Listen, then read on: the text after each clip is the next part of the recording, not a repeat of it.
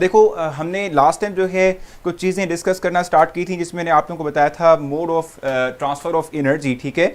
और हमने वहाँ पर डिस्कशन की थी कि भाई हम हीट की फॉर्म के अंदर भी और इवन के जो वर्क डन है, ठीक है, इसकी फॉर्म के अंदर भी हम क्या कर सकते हैं, भी हम एनर्जी को ट्रांसफ़र कर सकते हैं, एनर्जी जो है एक्सचेंज करवा सकते हैं। आज बेसिक तौर पे जो चीज़ हमने डिस्क्राइब करनी है वो है लेटेस्ट एनर्जी। हम लेटेस्ट एनर्जी के हवाले से देखेंगे कि लेटेस्ट एनर्जी होती क्या है, ठीक है। और उसके बाद फिर हम देखेंगे डिफरेंट फैक्टर्स के जो इफेक्ट करते हैं लेटेस्ट एनर्जी को वेरी करने के लिए, चेंज करने के लिए, ठीक है। सो लेटेस्ट एनर्जी की हमने बात करनी है। डायरेक्टली टॉपिक में मूव करूंगा अपने टॉपिक की तरफ, क्योंकि टाइम हमारे पास ऑलरेडी जो है थोड़ा सा शॉर्ट है। सो इस टाइम को जो मिला है इसको मैक्सिमम लेवल पर हमने इस्तेमाल करना है। कोशिश करनी है कि हम चैप्टर नंबर 7 जो इस वक्त कर रहे हैं, ऑन गोइंग है, इसको आज और कल में से कंप्लीट आउट करें और इसके बाद फिर मूव करें towards the chapter number next one जो 8 हमारे पास होगा, उससे रिलेटेड जो टॉपिक होंगे उसको हम साथ में लेके चलें, ठीक है भाई। सो लेटेस्ट एनर्जी जो है, ठीक है, इसकी हम बात कर लेते हैं। फर्स्ट मैं आपको बता दूं कि इसकी जो है डेफिनेशन क्या होती है और फिर हम आगे चलेंगे लेटेस्ट एनर्जी। देखो, जब भी हम बात करते हैं लेटेस्ट एनर्जी की तो इसका मतलब सिंपली तौर पे क्या होता है, हम कहते हैं कि ये वो अमाउंट ऑफ एनर्जी है, ठीक है, दैट विल बी इवॉल्व, ठीक है, when one mole of gaseous ions will combine together to make a anionic compound, ठीक है, anionic crystalline solid, ठीक है। इसको हम कहते हैं it is simply called as lattice energy, ठीक है जी। ये वो अमाउंट ऑफ एनर्जी है, ठीक है, जो रिलीज होगी, जो क्या करेगी भाई, जो सिस्टम से सराउंडिंग में ट्रांसफर होगी, कि जब हम कहते हैं कि one mole of gaseous ions, ठीक है, will combine together to make crystalline solid, ionic crystalline solid, ठीक है, इसको हम कहते हैं लेटेस्ट एनर्जी है, ठीक है जी। इसके साथ हम कहते हैं कि ये इस तरह से भी डिफाइन हो सकती है, the minimum amount of energy, ठीक है, which is required to break a crystalline solid into gaseous ions, ठीक है, it is also simply called as lattice energy, ठीक है। इसको लेटेस्ट एनर्जी का नाम देते हैं। डेफिनेशन जो है आप लोगों को पता है, ठीक है, आपकी बुक में इस वक्त मौजूद है, ठीक है। और आज बेसिक तौर पे हम क्या करने लगे हैं, सिर्फ फैक्टर देखेंगे और उससे रिलेटेड एमसीक्यू करेंगे। सर बाकी टीचर्स के को कहें कि लेक्चर्स के बाद वाले एमसीक्यू एक्सप्लेन कर दिया करें, ठीक है जी। हम उस्मान मैं कह दूंगा।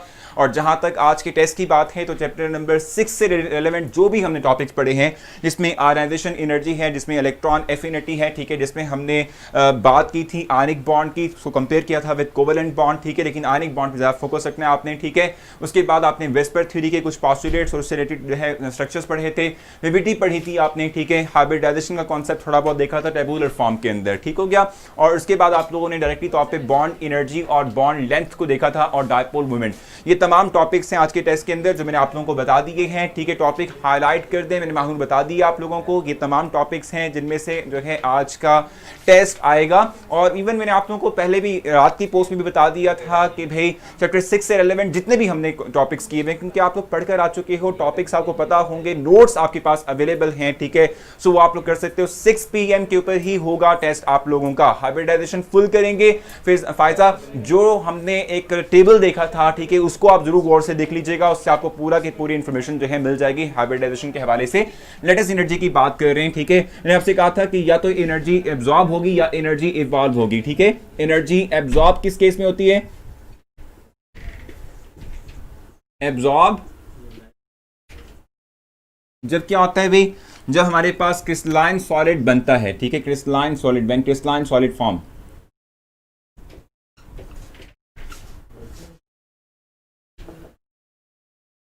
व्हेन क्रिस्टलाइन आयनिक सॉलिड, ठीक है, फॉर्म्ड। और दूसरी तरफ हम कहते हैं कि एनर्जी जो है एब्जॉर्ब, बल्कि एब्जॉर्ब तो नहीं, यहां पर इवॉल्व होगी, टोटली इवॉल्व, ठीक हो गया। और एब्जॉर्ब कब होती है? एनर्जी एब्जॉर्ब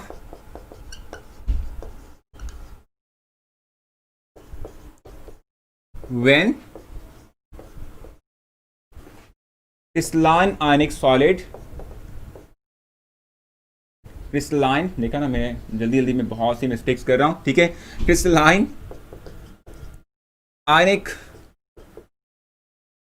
सॉलिड, ठीक है जी, break into the simple, break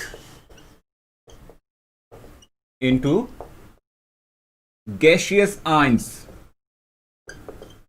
ठीक हो गया।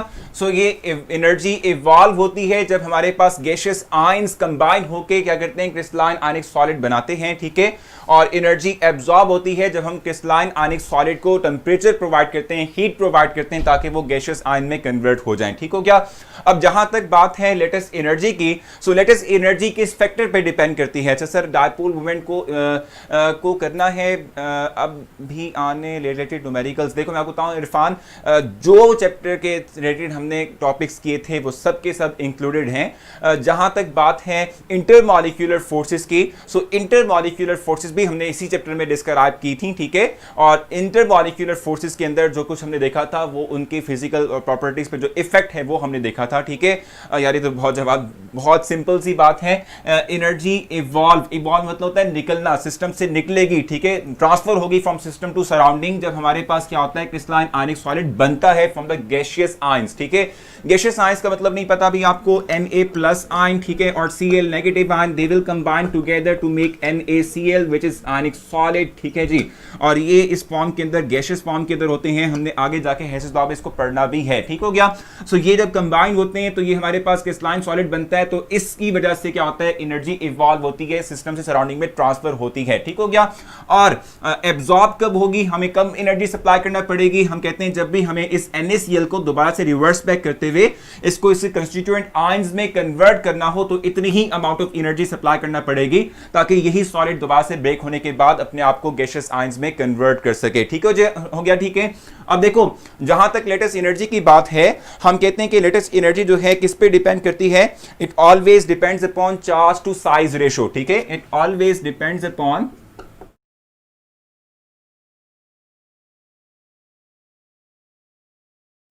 Upon charge to size ratio.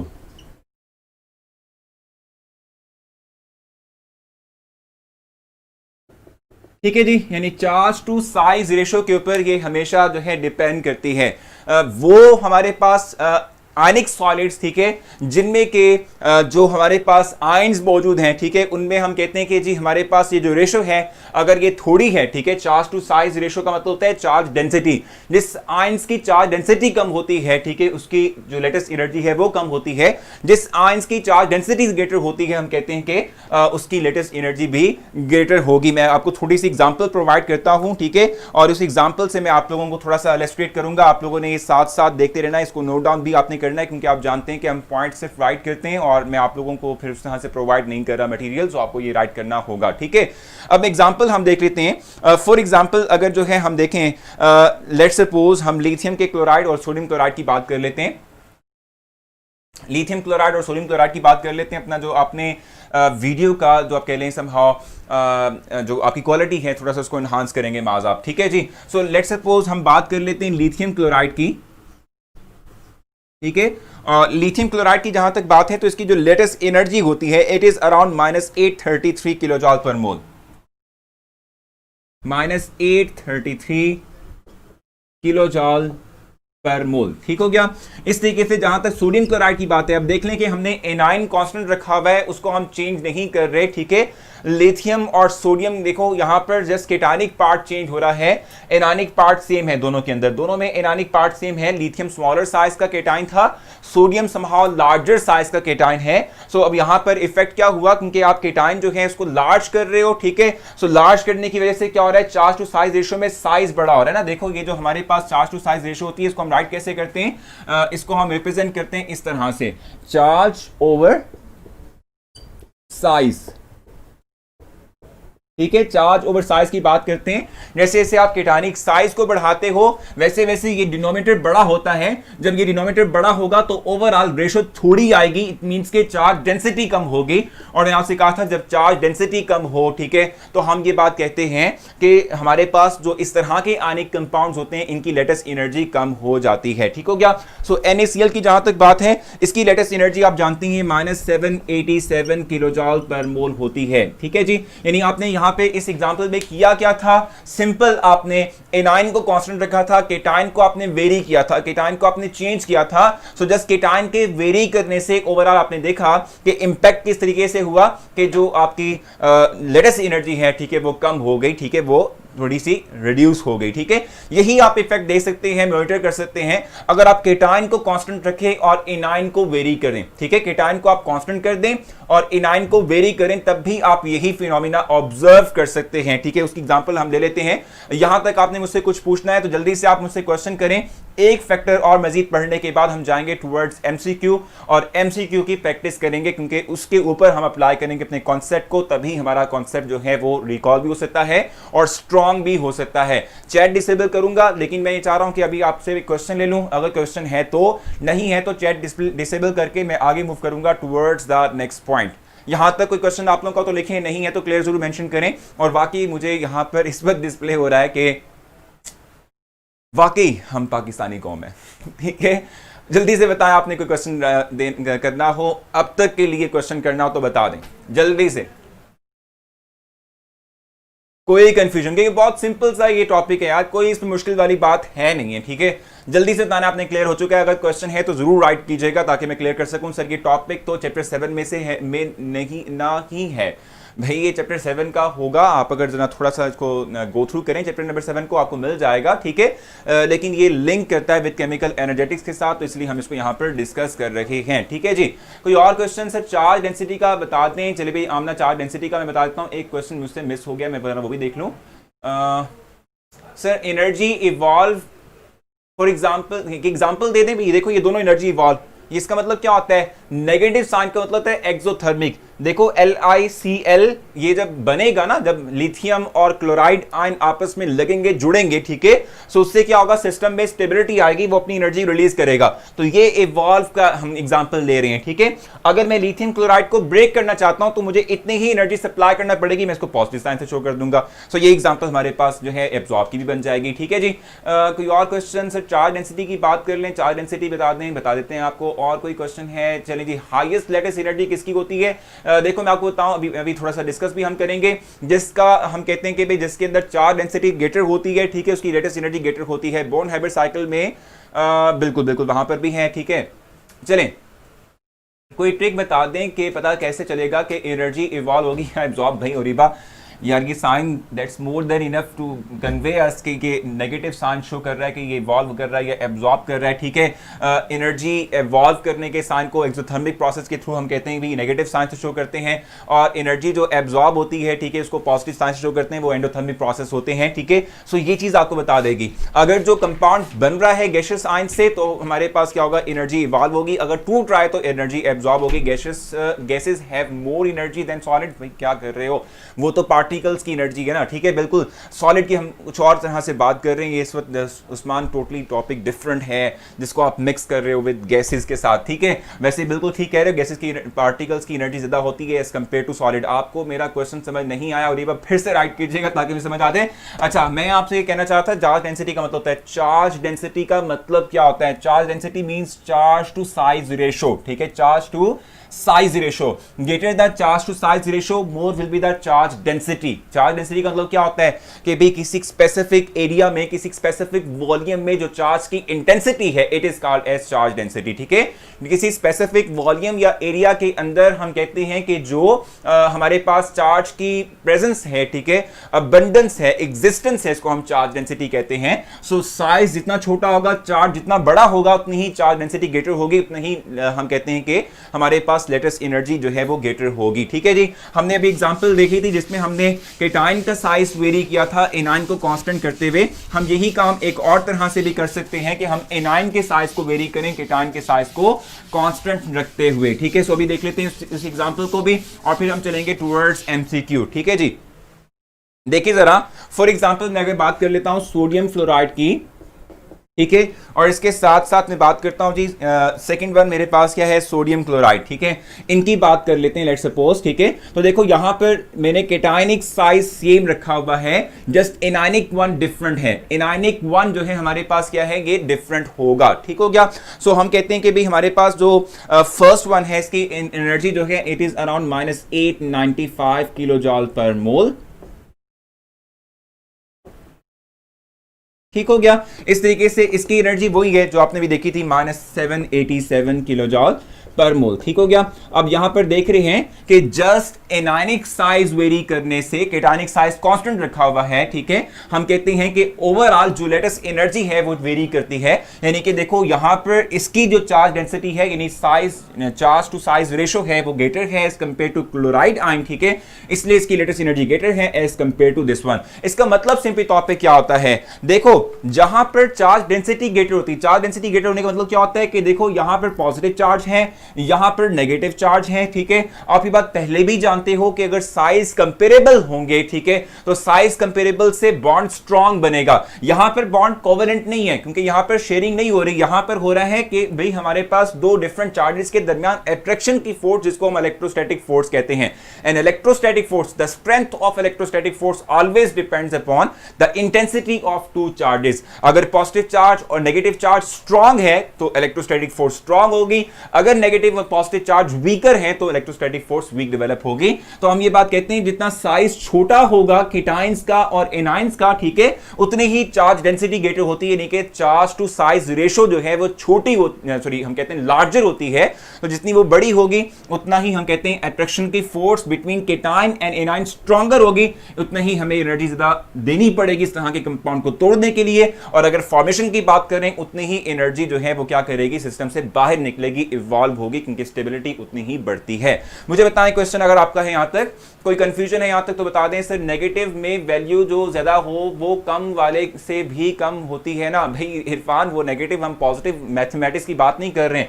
यहां नेगेटिव साइन का मतलब होता है कि ये एनर्जी इवॉल्व कर रही है, सिस्टम से निकल रही है, सराउंडिंग में ट्रांसफर हो रही है। इस नेगेटिव का मतलब कोई नेगेटिव वैल्यू नहीं है, ठीक है, ये जस्ट सिंबॉलिक वे है जस्ट टू रिप्रेजेंट के इतनी एनर्जी जो है सिस्टम से सराउंडिंग में ट्रांसफर होगी, इसका और कोई मतलब नहीं है sir. Latest energy depends upon overall mass of the ionic compound. It's never depends upon mass of ionic compound. It always depends upon the individual ionic charge density. इस पे डिपेंड करता है, चार्ज डेंसिटी पे depend करता है। जितना small size होगा एक केटाइन का एक एनाइन का, उतनी ही चार्ज टू साइज रेशो जो है वो बड़ी आएगी उसकी, ठीक है। और जितनी ज्यादा बड़ी वैल्यू होगी चार्ज टू साइज रेशो की, जितनी हमारे पास इलेक्ट्रॉन डेंसिटी बढ़ेगी, उतना ही इलेक्ट्रोस्टैटिक फोर्सेस दो आयन के दरमियान स्ट्रॉन्ग डेवलप होंगी, ठीक है, और उतना ही स्ट्रॉन्ग बॉन्ड बनेगा। कोई और क्वेश्चन आप लोगों का तो बता दें, जल्दी से बताएं। अभी क्लियर जरूर मेंशन कर दें यार, क्लियर मेंशन कर दें ताकि मुझे अंदाजा हो जाए कि आप लोगों को समझ आ चुकी है, क्योंकि आज बाकी जो है थोड़े सा क्लास जो है वो थोड़ी सी ना इधर हिली हुई है, ठीक है। मैं खुद भी थोड़ा सा ना जल्दी में आऊँ, काम करते करते तो हिला हुआ हूँ, ठीक है sir. Charge density directly proportional to lattice energy, हाँ हम समहाउ कह सकते हैं greater the charge density greater will be the lattice energy. बिल्कुल सही कहा आपने, बहुत जबरदस्त सर। अगर इलेक्ट्रोनेगेटिव डिफरेंस ज्यादा होगा हो यहां पर है सर, इलेक्ट्रोनेगेटिव डिफरेंस ज्यादा हो तो लेटेस्ट एनर्जी ज्यादा होती है, बिल्कुल सही कह रही है जुनेरा। एक और बात उन्होंने कर दी है, लेकिन ये बता दूं कि यार देखो आपको पता है कि electronegativity depends upon size, smaller the size more will be the electronegativity. और हम यही बात कर रहे हैं, smaller the size of cation, smaller the size of anion, it will always have more charge density, so it will create strong electrostatic force। आप समझ आइए आप लोगों को। आयनिक फ्लोराइड, ठीक है जी, ionic fluoride have greater lattice energy, exactly Dua, इसलिए कि उसका साइज छोटा है, चार्ज डेंसिटी ग्रेटर है, इसलिए इलेक्ट्रोस्टैटिक फोर्सेस बहुत स्ट्रांग डेवलप होती हैं, तोड़ना मुश्किल होता है। सर असाइनमेंट किस तरह सेंड करते हैं मैसेंजर पर, क्या करें भाई? पिक्चर लेके उसको आप अपलोड कर दो। सर आज आप अनस्टेबल हैं। नहीं मैं तो स्टेबल हूँ यार, मैं तो अनस्टेबल नहीं हूँ।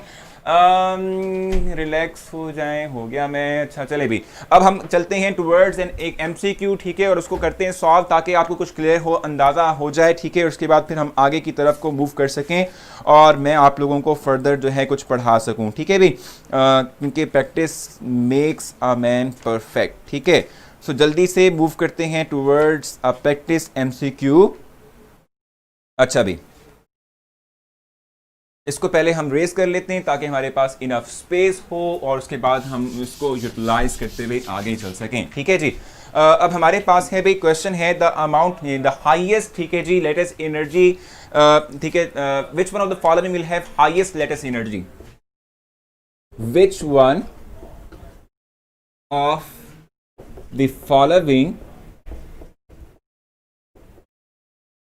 will have highest lattice energy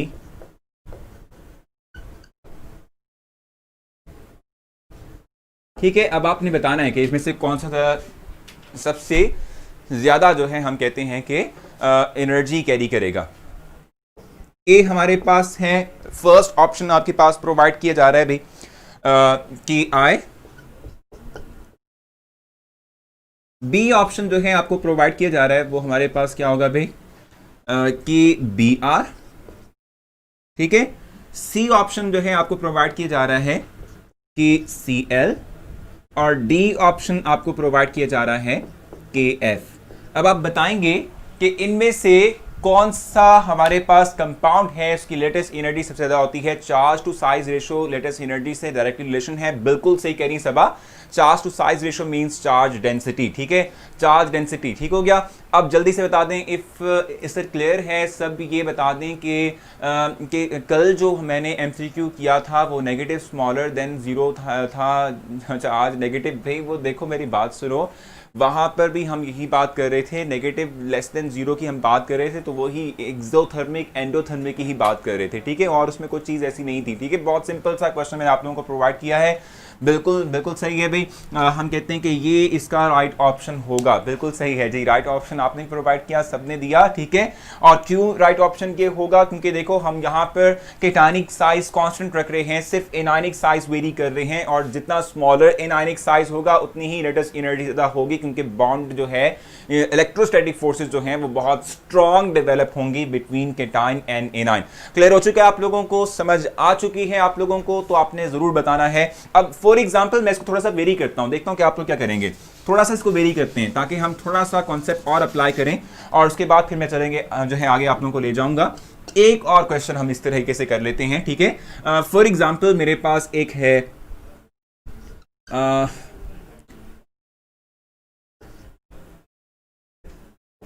F2। अब देखना पड़ेगा, अब सोचना पड़ेगा आप लोगों को, ठीक है ना। अच्छा, एक मेरे पास आ गया भाई आर बी एफ। ठीक है, अब एक मेरे पास आ गया नेक्स्ट वन क्या हो सकता है, N A let's suppose C L. ठीक है, और एक जो है नेक्स्ट मेरे पास है जी क्या रखा हुआ है वहां पे, बेरिलियम रखा हुआ है, so it's calcium fluoride let's suppose. अब बताएं जी इसमें से राइट ऑप्शन क्या हो सकता है, थोड़ा कंफ्यूज करें हमें। अच्छा, कंफ्यूज करें हमें, काबिल कह रहे हैं। जल्दी से बताएं भी इसमें कि इसमें क्या सिचुएशन डेवलप होगी, जल्दी से बताना है आप लोगों ने। अच्छा, जल्दी से बताएं इसका, इस कंपाउंड के मुतालिक आपका क्या ख्याल है, क्या होना चाहिए। बीई एक्सेप्शन है तो वो नहीं है। अब बताएं भी जल्दी से, आपने बताना है कि इसमें से क्या हो सकता है। शायद नीना और इबा परफेक्ट बात करनी है। अब यहाँ पर तो थोड़ा सा दिमाग लड़ना है, और देखो वो तमाम की तमाम एक्सेप्शंस वगैरह सिर्फ भूल के सिर्फ कॉन्सेप्ट अप्लाई करो। वो जो भी हमने सीखा कि जी हमारे पास साइज कंपेरेबिलिटी देखनी है कि भाई साइज की वजह से कौन सा ठीक हो सकता है, उस चीज़ को ज़हन में रखो। ठीक है, क्या था यहाँ पर क्वेश्चन आ रहा था, मुझे नहीं आता सर। भाई आएगा, अगर आप थोड़ा सा अटेम्प्ट करेंगी तो आ जाएगा ना भाई। ठीक है, अगर हम बताएं तो सही क्या हो सकता है, आपने देखना है कि क्या हो सकता है। मैं आपको बता दूं कि स्मॉलर, यानी हम कहते हैं greater the charge density more will be the stronger electrostatic forces. Greater the charge density more will be the stronger electrostatic forces. ठीक है, देखो थोड़ा सा देख लेते हैं भाई। ठीक है, डिस्कस कर लेते हैं। अगर हम कंपेयर करें, पहले तो देखो एक बात देख लेते हैं। ये जो बेरिलियम है ये फर्स्ट मेंबर होता है, इसके बाद आता है मैग्नीशियम, ये सेकंड ए ग्रुप के एलिमेंट्स हैं। ठीक है, फिर आता है कैल्शियम। तो आप देख सकते हैं कि इसको इसके साथ अगर आप कंपेयर करते हैं, इसको इसके साथ अगर आप क्या करते हैं, कंपेयर करते हैं, तो यहां पर बेरिलियम का साइज छोटा है और कैल्शियम का साइज लार्जर है, बड़ा है। ठीक है, फ्लोरीन दोनों में सेम है, दोनों के अंदर फ्लोरीन सेम है। तो इट मींस कि अगर हम इसको उसके साथ कंपेयर करें, ठीक है, इसको उसके साथ कामिल कर दिया ना मैंने, कंफ्यूज, इसको उसके साथ कंपेयर करें तो इसमें जो हमने बात की थी चार्ज टू साइज रेशो की, चार्ज टू साइज रेशो की बात की थी, तो क्या होना चाहिए भाई, smaller the size more will be the electronegativity and smaller the size more will be the charge density. So इसमें तो यहां पर जो कंपैरिजन डेवलप हुआ वो तो ये बाजी ले गया। समझ आ गई आप लोगों को, ये बाजी ले गया। ठीक है, अब रहेगी बात इन दो की। ठीक है, अब इन दो को कंपेयर करना है इसके साथ। अब यहां पर भी कंपटीशन डेवलप होता है। सोडियम जो है, यानी देखो लिथियम आता है पहले, फिर आता है सोडियम, फिर आता है पोटाशियम, फिर आता है रेबिडियम। इट मींस कि सोडियम की निस्बत रेबिडियम का साइज फिर बड़ा आ गया। ठीक है। सोडियम की निस्बत रुबिडियम का साइज क्या हो गया, फिर बड़ा आ गया, ठीक है। तो जब बड़ा आ गया इट मींस के फिर इनके दरमियान जो कंपटीशन डेवलप हुआ उसमें ये जीत गया। अब आपने इसको इसके साथ कंपेयर करना है। अब यहां पर बहुत आसान काम क्या होगा हमारे पास भाई, ठीक है। देखो यहां पर एक तो ये कि फ्लोरीन है और क्लोरीन है, और यही आपको बता देगा, ठीक है। यही जो है आप कह दें कि बता देगा, ठीक हो गया। यानी फ्लोरीन जो है इसमें चूंकि एनायनिक पार्ट जो है इसका साइज छोटा है और फ्लोरीन की इलेक्ट्रोनेगेटिविटी भी बहुत ज्यादा है एज कंपेयर टू क्लोरीन, तो सिंपल हमारे पास ऑप्शन राइट कौन सा हुआ, ए हो गया। सिंपल सी बात थी भाई, ठीक है। दुआ कह रही सर दर्द हो रहा है भाई, क्यों दुआ सर दर्द हो रहा है, सर दबाते हैं आपके जो है वो आपका, या मेडिसिन आपको प्रोवाइड करें भी, खुद से करना पड़ेगा मैनेज। बताएं क्या मसला था यहाँ पर, क्लियर हो चुके आप लोगों को। सर फिर से इधर एक्सेप्शन, ठीक है, कहाँ गई, हर जगह नए कॉन्सेप्ट। देखो मेरी बात सुनो, जो कॉन्सेप्ट हमने लिया था चार्ज टू साइज रेशो का, उसको जहन में लाते हुए जरा देख लो कि क्या हम कर रहे हैं, क्या हम पढ़ रहे हैं, ठीक है। फ्लोरीन का साइज क्लोरीन की निस्बत स्मॉलर है, so it has greater charge density, ठीक है। फिर हमने कहा कि बेरिलियम की बात कर लेते हैं और बाकी से कंपेयर करते हैं, तो हमने कहा कि इसमें ज्यादा होना रीजन क्या हो सकती है कि बेरिलियम जो है कैल्शियम की निस्बत छोटा होता है, ठीक है। और चूंकि यहाँ फ्लोरीन लगा हुआ है, वहां क्लोरीन लगा हुआ है, इसलिए हम कहते हैं कि इसकी जो है चार्ज टू साइज रेशो, या हम कहते हैं चार्ज डेंसिटी ग्रेटर होगी। उम्मीद है कि ये तमाम चीजें क्लियर हो चुकी होंगी। अभी भी नहीं है तो बता दें ताकि हम क्लियर कर सकें फर्दर, और नहीं तो फिर हम आगे चलेंगे। क्लियर हो चुकी है आप लोगों को, समझ आ चुकी है यहां तक, नहीं समझ आई सर? चार्ज डेंसिटी ज्यादा तो हो चार्ज डेंसिटी ज्यादा तो लेटेस्ट एनर्जी हाई, बिल्कुल भाई यही तो मैं कह रहा हूं आमना, चार्ज डेंसिटी जितनी ज्यादा होगी उतने ही हमारे पास लेटेस्ट एनर्जी ज्यादा होगी, ठीक है। मैंने आपसे कहा पहले आपने कंपेयर करना है इसको इसके साथ। इसमें देखो बेरिलियम फर्स्ट पे है, कैल्शियम थर्ड नंबर पर है, इट मींस के इसका साइज ग्रेटर होगा as compare to this one. जब आपका साइज बढ़ता है तो चार्ज डेंसिटी कम हो जाती है, इट मींस के बेरिलियम की चार्ज डेंसिटी कैल्शियम की निस्बत ग्रेटर ही होगी, ठीक है। यानी हमने कहा इनके कंपैरिजन में ये गया, सिर्फ ये रह गया। अब बात आती है इन दो कंपाउंड की, यार ये बंद कर दो, इसको बंद कर दो। इन दो कंपाउंड की जहां तक बात आती है तो उसमें देखो सोडियम पहला, मतलब लिथियम पहला, दूसरा सोडियम, तीसरा पोटेशियम, चौथा रेडियम है। सो इट मींस के सोडियम का साइज छोटा है, रेडियम का साइज बड़ा है।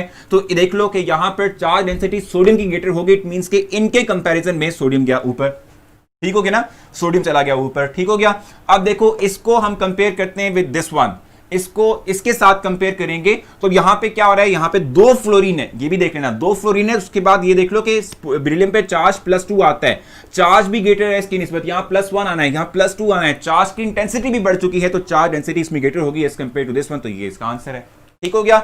उम्मीद करता हूं कि ये चीज क्लियर हो चुकी होगी आप लोगों को। सर जिसका चार्ज छोटा होता होगा इसके लिए लेटेस्ट एनर्जी ज्यादा होगी, चार्ज टू साइज रेशियो जितनी बड़ी होगी, यानी जितना चार्ज ज्यादा होगा उसकी मैं बात कर रहा हूं, ठीक है। क्लियर हो चुके हैं आप लोगों को, समझ आ चुकी है, क्लियर क्लियर क्लियर क्लियर, आगे समझ, कॉन्सेप्ट क्लियर, ठीक है जी, आगे चलेंगे। अच्छा अब हम बात करेंगे कि हम भाई एंथैल्पी किस किस तरह से कैलकुलेट कर सकते हैं, ठीक है। बहुत ईजी था यार, सिंपल सा था। हम देखेंगे मेथड्स, ठीक है, कि जिसके तरीके से हम क्या कर सकते हैं, एंथैल्पी को कैलकुलेट कर सकते हैं। मैंने कल भी आप लोगों को बताया था कि एंथैल्पी की जहां तक बात है, ठीक है, हम कहते हैं कि एंथैल्पी जो है it can be defined as the total energy of the system, ठीक है। Enthalpy means the total energy of the system, ठीक है। एंथैल्पी का मतलब क्या होता है भाई, total energy of the system होता है। तो अब मैं आप लोगों के साथ शेयर करूंगा कि वो कौन कौन से मेथड्स हैं जिनके थ्रू हम किसी एक सब्सटेंस की लेटेस्ट एंथैल्पी को कैलकुलेट कर सकते हैं। यानी एंथैल्पी को हम कैसे कैसे कैलकुलेट कर सकते हैं, इस वक्त हमने ये चीज डिस्क्राइब करनी है, ये मैं आप लोगों को क्लैरिफाई करूंगा, ठीक है। जल्दी से वो देख लेते हैं, एंथैल्पी मेजरमेंट।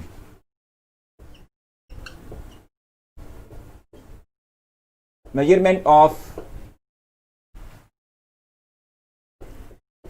एंथैल्पी, ठीक है। अब देखो मैं आपको बताऊं कि मेजरमेंट ऑफ एंथैल्पी में हम एंथैल्पी को डिफरेंट मेथड से जो है मेजर कर सकते हैं, निकाल सकते हैं, फाइंड आउट कर सकते हैं, ठीक है।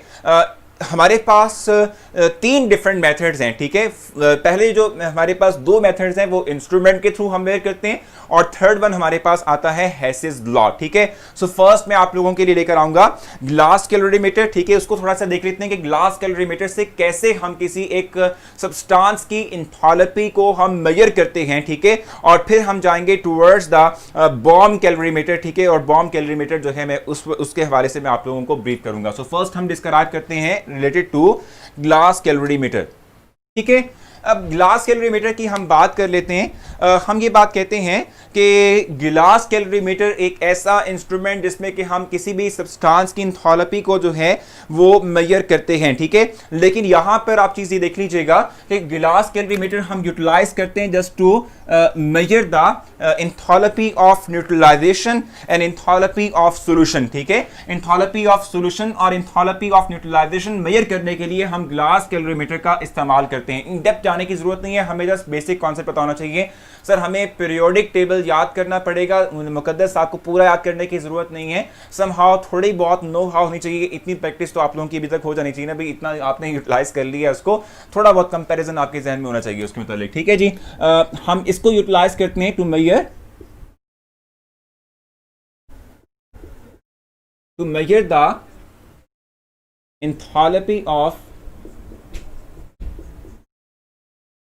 enthalpy of neutralization and solution, ठीक है। इंथैल्पी ऑफ सॉल्यूशन और इंथैल्पी ऑफ न्यूट्रलाइजेशन जो है वो आप मेजर करते हो, ठीक है, बाय यूजिंग दिस इंस्ट्रूमेंट। इस इंस्ट्रूमेंट के थ्रू आप ये दो काम कर सकते हो, यानी इंथैल्पी ऑफ न्यूट्रलाइजेशन और इंथैल्पी ऑफ सॉल्यूशन जो है वो आप कैलकुलेट कर सकते हो, ठीक है जी।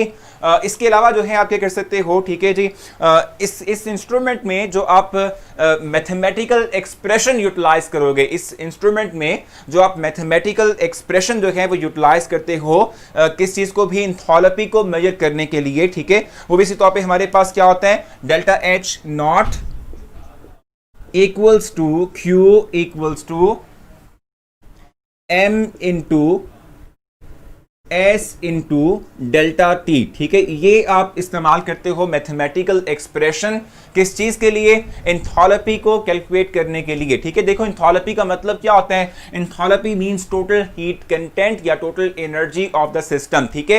यानी कि कोई एक रिएक्शन आप करवा रहे हैं, लेट्स सपोज आप एसिड को बेस से,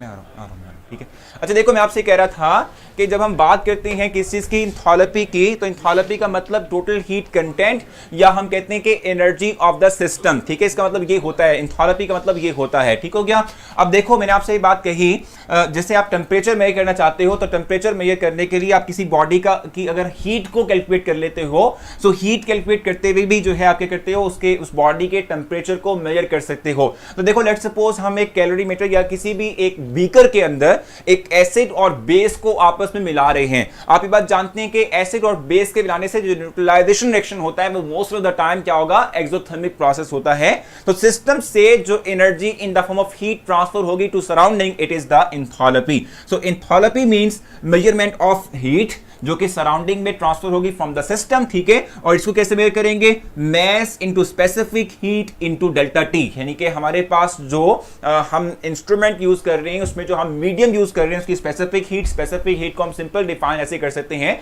the minimum amount of energy to raise the temperature by 1 kelvin is called specific heat, ठीक है। और मैस ऑफ द सब्सटेंस जो इनिशियल तौर पे हम ले रहे थे उसका मैस हमें पता होगा, और डेल्टा टी मतलब कि जो चेंज टेम्परेचर का प्रोड्यूस हुआ before and after the process, ये डेल्टा टी कहलाता है। सो इस तरीके से हम क्या करते हैं, ग्लास कैलोरीमीटर के थ्रू किसी भी प्रोसेस की हम जो है इंथैल्पी को कैलकुलेट कर सकते हैं, ठीक है जी। क्लियर हो चुका है यहां तक आप लोगों को। अच्छा नेक्स्ट देखो जरा, यहां हमने ग्लास कैलोरीमीटर की बात की, नेक्स्ट हमारे पास क्या है भी, बॉम कैलोरीमीटर, ठीक है। बॉम कैलोरीमीटर को थोड़ा सा ब्रीफ कर लेते हैं, फिर मैं मजीद कुछ चीजें आप लोगों को इस हवाले से बताऊंगा। बॉम कैलोरीमीटर, ठीक है।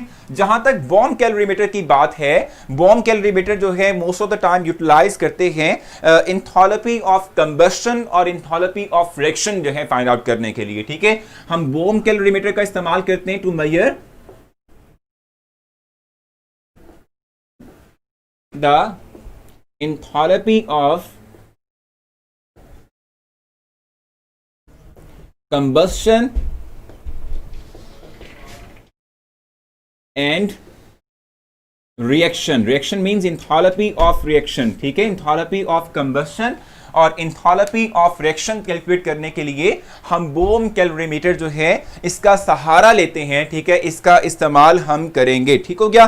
और इसके अंदर जो मैथमेटिकल एक्सप्रेशन हम यूटिलाइज करते हैं just to measure the change in enthalpy, ठीक है, वो बेसिक तौर पे हमारे पास क्या है भाई, delta H naught equals to Q equals to C into delta T, ठीक है जी। हम कहते हैं कि ये हम जो है इंस्ट्रूमेंट यानी सॉरी ये मैथमेटिकल एक्सप्रेशन जो है इसका हम इस्तेमाल करेंगे, ठीक हो गया।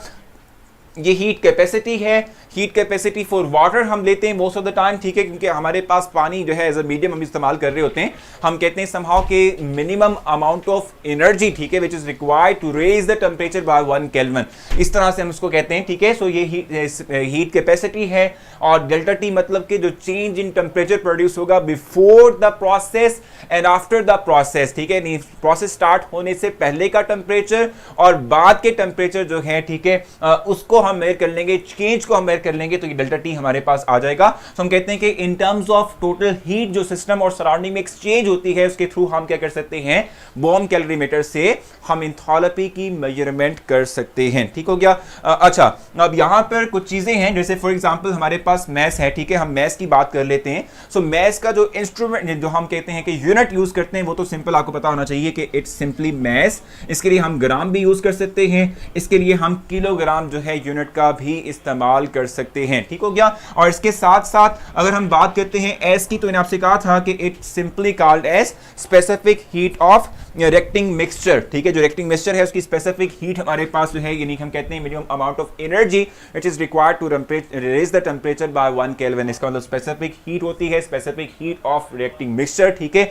इसके जो यूनिट हमारे पास होते हैं ये होते हैं जॉल पर केल्विन पर ग्राम, ठीक है, इसके यूनिट हमारे पास क्या होते हैं, जॉल पर केल्विन पर ग्राम हमारे पास इसके यूनिट होंगे। और साथ में डेल्टा टी जो है यानी टेम्परेचर की जहां तक बात है, डेल्टा टी की हम बात कर लेते हैं तो ये केल्विन होता है, ठीक हो गया। सो ये यूनिट्स हम इस्तेमाल करते हैं और अगर आप जो है इन तमाम यूनिट्स को इसमें मेंशन करते हैं, ठीक है, इसमें आप राइट करते हैं, अगर आप लेट सपोज ग्राम का इस्तेमाल कर रहे हैं मैस के लिए, जॉल पर केल्विन पर ग्राम यूटिलाइज कर रहे हैं for S and kelvin for delta T, ठीक है। सो टोटल जो आपके पास यूनिट यानी बाद में कैंसिलेशन के बाद जो यूनिट आएगा क्यू का वो होगा जॉल आएगा, ठीक है। डेल्टा एच भी या जो क्यू अमाउंट आएगी वो भी हमारे पास जॉल के अंदर आएगी, ठीक है। इस तरीके से यहां देख लेते हैं, यहां पर हमारे पास दो चीजें हैं, एक हमारे पास है हीट कैपेसिटी, ठीक है, जहां तक हीट कैपेसिटी की बात है सो जो इसका यूनिट हम इस्तेमाल करते हैं वो है किलो जॉल पर, अगर हम इसको थोड़ा सा देख लें, एलेबोरेट कर लें, ठीक है, इसका जो यूनिट हमारे पास है वो है किलो जॉल पर केल्विन, ठीक है, पर केल्विन, ठीक हो गया।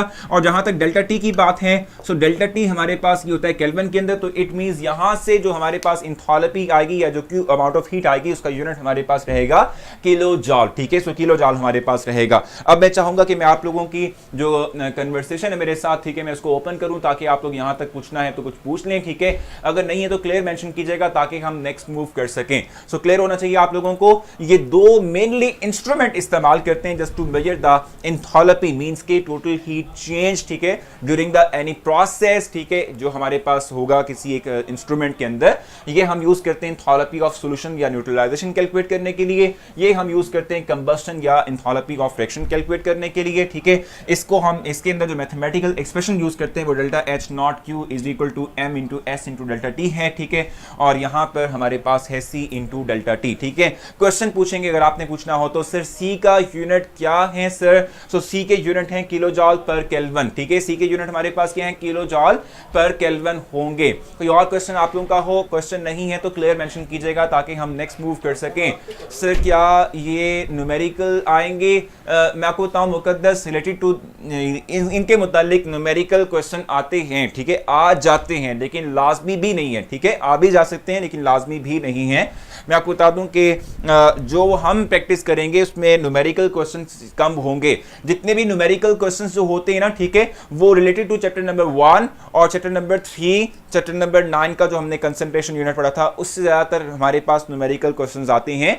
बाकी तमाम चैप्टर्स में से न्यूमेरिकल क्वेश्चंस जितने जहां पर हैं भी, उनमें से परसेंटेज कम होती है।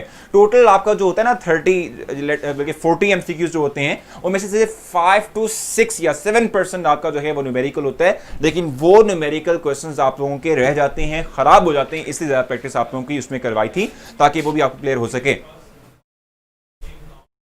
यहाँ पर था कि यहाँ पे क्वेश्चन था सर, कंबशन में वाटर का कैसे इस्तेमाल होगा।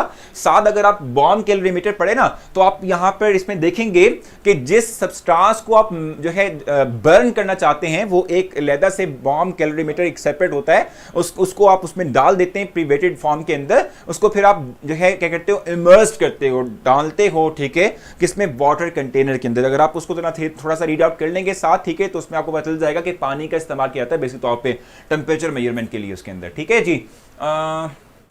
किलो जॉल को जॉल भी तो कह सकते हैं, लेकिन हाँ बिल्कुल सही है, लेकिन वो बड़ा यूनिट है ना किलो जॉल। सर अगर आज जल्दी फ्री कर दें जुमा, बिल्कुल भाई हसनैन, बिल्कुल ये बिल्कुल सही है। नीडी इज डिस्टर्बिंग मी, नींद डिस्टर्ब कर रही है ज़रफ़शान। देखो इतनी ज़ोर से बोल रहा हूँ फिर भी जो है आप सो रही हैं, मैं हैरान हूँ। नहीं तो फिर ये है कि फिर मैं थोड़ा और ज़ोर से बोलूँगा ताकि आपके कान जो है ना वो थोड़ा दर्द करें, ताकि आपको नींद नहीं आए, ठीक है। ग्लास कैलोरीमीटर में सी आएगा हीट कैपेसिटी का, एग्जैक्टली देखो मैं आपको बता दूँ सारा।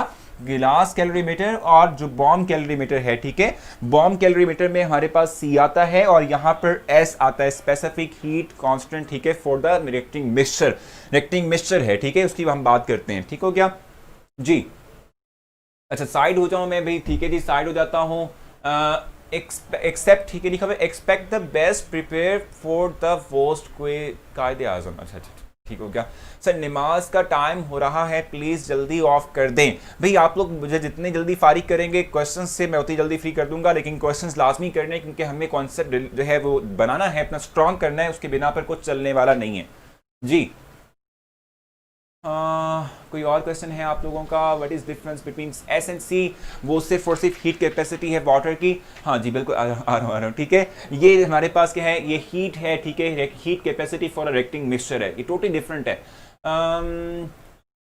हो गया, अभी मैं साइड पर हो गया था। सर अहमद साहब की तरह से ज़ोर से बोला करिए। भाई ज़ोर से मैं बोलता हूँ सर, आप बहुत एनर्जीज लगाकर बढ़ा रहे हैं। हाँ जी ठीक है। सो मेरे ख्याल से आप लोगों का टेस्ट लेना चाहिए मुझे, ठीक है, ताकि आप लोगों को मैं फ्री कर सकूँ, नमाज पढ़ सकें, ठीक है। और कल हमने लाजमी ये चैप्टर क्लोज करना है। यू नीड लाजमी क्या था, अच्छा चलिए भी स्टार्ट करते हैं। आप लोगों का टेस्ट जो है इस वक्त आपकी स्क्रीन पर आ चुका है। आप लोग टेस्ट जरूर दे दें ताकि आप लोग जो है फिर ब्रेक ले सकें और नमाज पढ़ सकें, ठीक है। और जहां तक कोई कंफ्यूजन वाली बात रहेगी, मैं भी जो है चूंकि नमाज पढ़ना चाहता हूं। सर बुला रहे हैं आपको? बिल्कुल भी मुझे बुला रहे हैं क्योंकि नमाज पढ़ लें हम, ठीक है। सो मैं इस वक्त जो है जाऊँगा, ठीक है। जहाँ भी प्रॉब्लम आती है आज के टेस्ट को लेकर, वैसे बहुत सिंपल सा मैंने सेट किया हुआ है आप लोगों के लिए, आज इतना मुश्किल नहीं है, ठीक है। जो प्रॉब्लम आपको आती है मैं उसके लिए आप लोगों को कर दूंगा एक पोस्ट, ठीक है। उस पोस्ट में मुझसे कमेंट कर लेना, मतलब क्वेश्चन कर लेना, मैं आपके क्वेश्चन का आपको आंसर करूंगा। अपना ख्याल रखना, कल मिलेंगे लेकिन टाइम पे क्लास स्टार्ट करेंगे और विद यूजुअल स्पीड, ठीक है। अपने लेक्चर चैप्टर को क्लोज करेंगे, कल लाजमी हमने क्लोज करना है, ठीक है। बहुत सारा अपना ख्याल रखें, दुआ में याद रखिएगा। इसकी हमने आज रात के टाइम इंशाल्लाह जो है आप लोगों के लिए जो प्रैक्टिस है, ठीक है, वो भी अपलोड कर दूंगा, प्रैक्टिस एक्सरसाइज अपलोड कर दूंगा, वो भी आपने लाजमी करनी है। सो अब मैं जा रहा हूँ और मैं फिर आपसे पोस्ट पर मुलाकात करूंगा, बात करूंगा, ठीक है। वहाँ आपने अपने कंसर्न्स बताने हैं और वहीं पर मैं आपको क्लियर करूंगा। मसला हुआ तो कल हम फिर डिस्कस कर लेंगे ड्यूरिंग द लेक्चर।